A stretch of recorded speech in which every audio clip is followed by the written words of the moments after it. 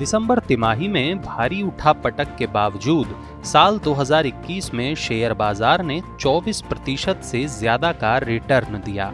एक और कोरोना के नए वेरिएंट ओमिक्रॉन की दस्तक और महंगे वैल्यूएशंस के डर से विदेशी निवेशकों ने 35,000 करोड़ रुपए से ज्यादा की बिकवाली की।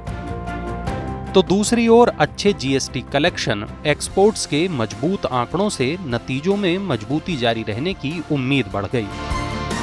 इस उम्मीद को सहारा मिल रहा है कंपनियों की तीसरी तिमाही यानी अक्टूबर से दिसंबर तक के बिजनेस अपडेट्स से। मोतीलाल ओसवाल फाइनेंशियल सर्विसेज में संस्थागत इक्विटीज के head of research Gautam Duggar कहते हैं कि लगातार 2 मजबूत तिमाहियों के बाद तीसरी तिमाही के नतीजे भी मजबूत रहने का अनुमान है। पिछले साल समान तिमाही में 33% की बढ़त हुई थी, तो 33% के बड़े बेस पर 20% की ग्रोथ का अनुमान प्रभावशाली है।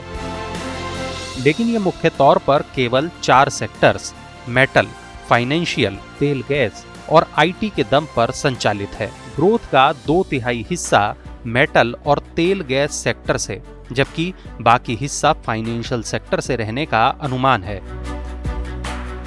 आइए इस पर गहराई से विचार करें कि तीसरी तिमाही के नतीजे विभिन्न सेक्टर्स के लिए कैसे रहेंगे। तीसरी तिमाही ऑटो सेक्टर के लिए मिलीजुली रही। चिप की स्थिति में सुधार होने से तिमाही दर तिमाही वॉल्यूम जरूर सुधरे, लेकिन साल दर साल इसमें कमी रही। एंट्री लेवल 2 व्हीलर्स और भारी वाहनों की तुलना में पैसेंजर गाड़ियों, लाइट कमर्शियल व्हीकल्स और प्रीमियम 2 व्हीलर्स की मांग पॉजिटिव रही। कमोडिटी लागत में वृद्धि की भरपाई के लिए कीमतों में बढ़ोतरी से ज्यादातर कंपनियों के मार्जिन में सुधार होने की संभावना है। मारुति सुजुकी, अशोक लीलैंड और टाटा मोटर्स ऑटो सेक्टर से मोतीलाल ओसवाल की टॉप पिक्स हैं। आईसीआईसीआई सिक्योरिटीज की काजल गांधी के मुताबिक तिमाही दर तिमाही नतीजे बेहतर रहने की उम्मीद ज्यादा है। हालांकि कोरोना की तीसरी लहर तेजी से फैलने से बिजनेस ग्रोथ, एसेट क्वालिटी पर प्रबंधन की टिप्पणी महत्वपूर्ण होगी। आईसीआईसीआई सिक्योरिटीज के मुताबिक एचडीएफसी बैंक, एक्सिस, कोटक के एनपीए में कमी की संभावना है। वहीं एनबीएफसीज के क्रेडिट ग्रोथ और कलेक्शंस में सुधार की उम्मीद है।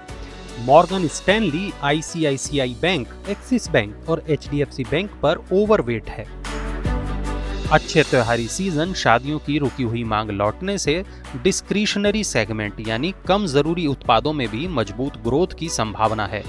लागत बढ़ने से ज्यादातर कंपनियों की ओर से की गई कीमतों में बढ़ोतरी के आसार हैं। कुछ कंपनियों के प्रबंधन ने ग्रामीण मांग में मंदी के शुरुआती संकेतों को लेकर अलर्ट किया था। इसकी अब कई आंकड़े तस्दीक करते हैं। फिलिप कैपिटल का टाइटन, एशियन पेंट्स पर तेजी का नजरिया है। ऊंचे बेस के कारण आय ग्रोथ धीमी रहेगी। वहीं लागत बढ़ने से वॉल्यूम ग्रोथ पर भी असर की आशंका है। पिछले 6 महीने में कंपनियों ने कीमतों में 5 से 15% की बढ़ोतरी की है, ताकि लागत बढ़ने का असर कम किया जा सके। हालांकि कच्चे तेल, वनस्पति तेल, पाम ऑयल और दूध की कीमतों में कस्टम शुल्क की कमी के कारण दिसंबर में कमी के कुछ संकेत मिले हैं। पर तिमाही के ज्यादातर हिस्से के लिए कीमतें ऊंची ही बनी हुई हैं। आईसीआईसीआई सिक्योरिटीज के संजय मनियाल कहते हैं कि लागत बढ़ने से कंपनियों के मार्जिन में 2 से 4% कमी की आशंका है। नेस्ले, मैरिको, कोलगेट, जायडस के ऑपरेटिंग मार्जिन में आधे से 2% कमी का अनुमान है। कम विज्ञापन खर्च से HUL के ऑपरेटिंग मार्जिन में हल्की बढ़ोतरी हो सकती है। कंपनियों की ओर से कीमतों में बढ़ोतरी निश्चित रूप से आपकी जेब पर भारी पड़ रही है, लेकिन ये बढ़ोतरी इन कंपनियों के मुनाफे में भी सुधार नहीं कर रही है, क्योंकि महंगाई वास्तविक है। डाबर और टाटा कंज्यूमर प्रोडक्ट इस सेक्टर से आईसीआईसीआई सिक्योरिटीज के सबसे पसंदीदा शेयर हैं। पिछले साल के ऊंचे बेस के बावजूद कंज्यूमर ड्यूरेबल्स कंपनियों की आय सालाना 12% बढ़ने का अनुमान है।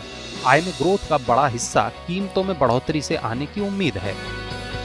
जहां कंज्यूमर इलेक्ट्रिक कंपनियों ने नियमित अंतराल पर कीमतों में मामूली बढ़ोतरी की है, वहीं व्हाइट गुड्स की कंपनियां बढ़ी हुई प्रतिस्पर्धा के बीच कमजोर मांग के कारण पिछड़ रही हैं। ओरिएंट इलेक्ट्रिक, वर्लपूल, हेवेल्स और वोल्टास मोतीलाल ओसवाल की पसंदीदा पिक्स हैं।